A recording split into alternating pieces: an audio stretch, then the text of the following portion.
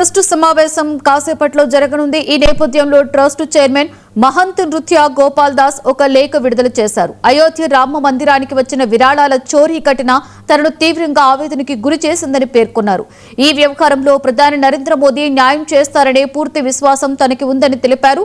ఇదిలా ఉండగా ఈ ఘటనపై సిబిఐ విచారణ జరిపించాలని కోరుతూ దాఖలైన పిటిషన్ను లక్నో హైకోర్టు కొట్టివేసింది.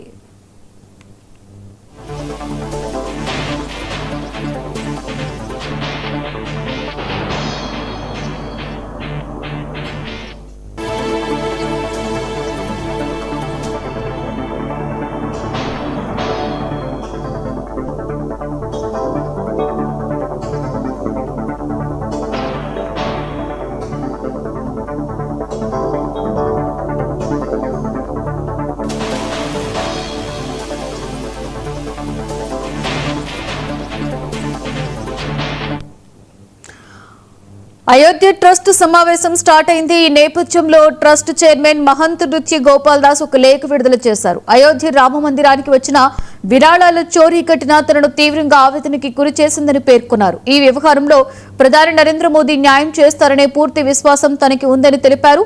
ఇదిలా ఉండగా ఈ ఘటనపై సిబిఐ విచారణ జరిపించాలని కోరుతూ దాఖలైన పిటిషన్ను లక్నో హైకోర్టు కొట్టివేసింది.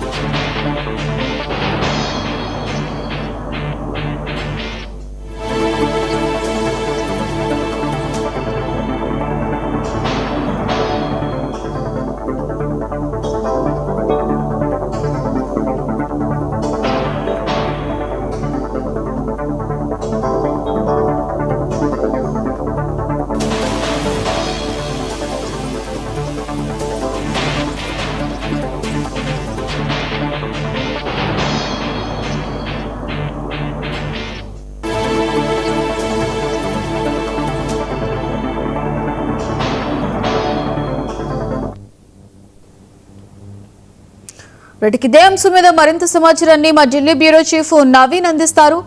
నవీన్, అయోధ్య రామ జన్మభూమి తీర్థ క్షేత్ర ట్రస్ట్ సమస్య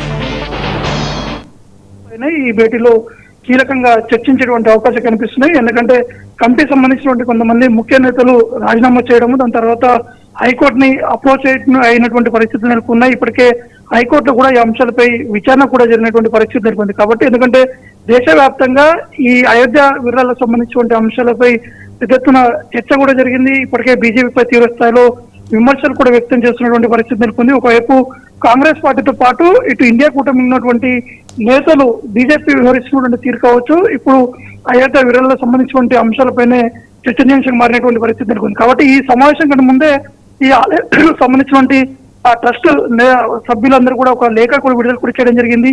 ఆ లేఖలో 5 అంశాలపైన కీలకంగా చర్చించబోతున్నాం, ఖచ్చితంగా న్యాయం జరుగుతుందని చెప్పేసి కూడా అనుకుంటున్నామని చెప్పేసి కూడా వారు చెప్తున్నటువంటి పరిస్థితి నెలకొంది. ఖచ్చితంగా ఎవరైతే ఈ అయోధ్య రామ అనే ట్రస్ట్ సంబంధించినటువంటి విషయాల్లో ఎవరైతే ఈ దొంగతనం చేశారో వారిపై తీవ్ర స్థాయిలో కఠినమైనటువంటి ఆ చర్యలు కూడా తీసుకోవాలని చెప్పేసి కూడా మేము కోర్టుని కోరుతామని చెప్పేసి కూడా వారు చెప్పడం జరిగింది.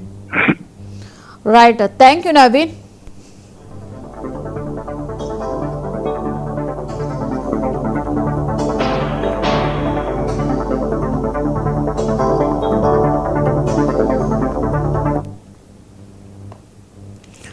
యాదాద్రి భువనగిరి జిల్లా చౌటుప్పల్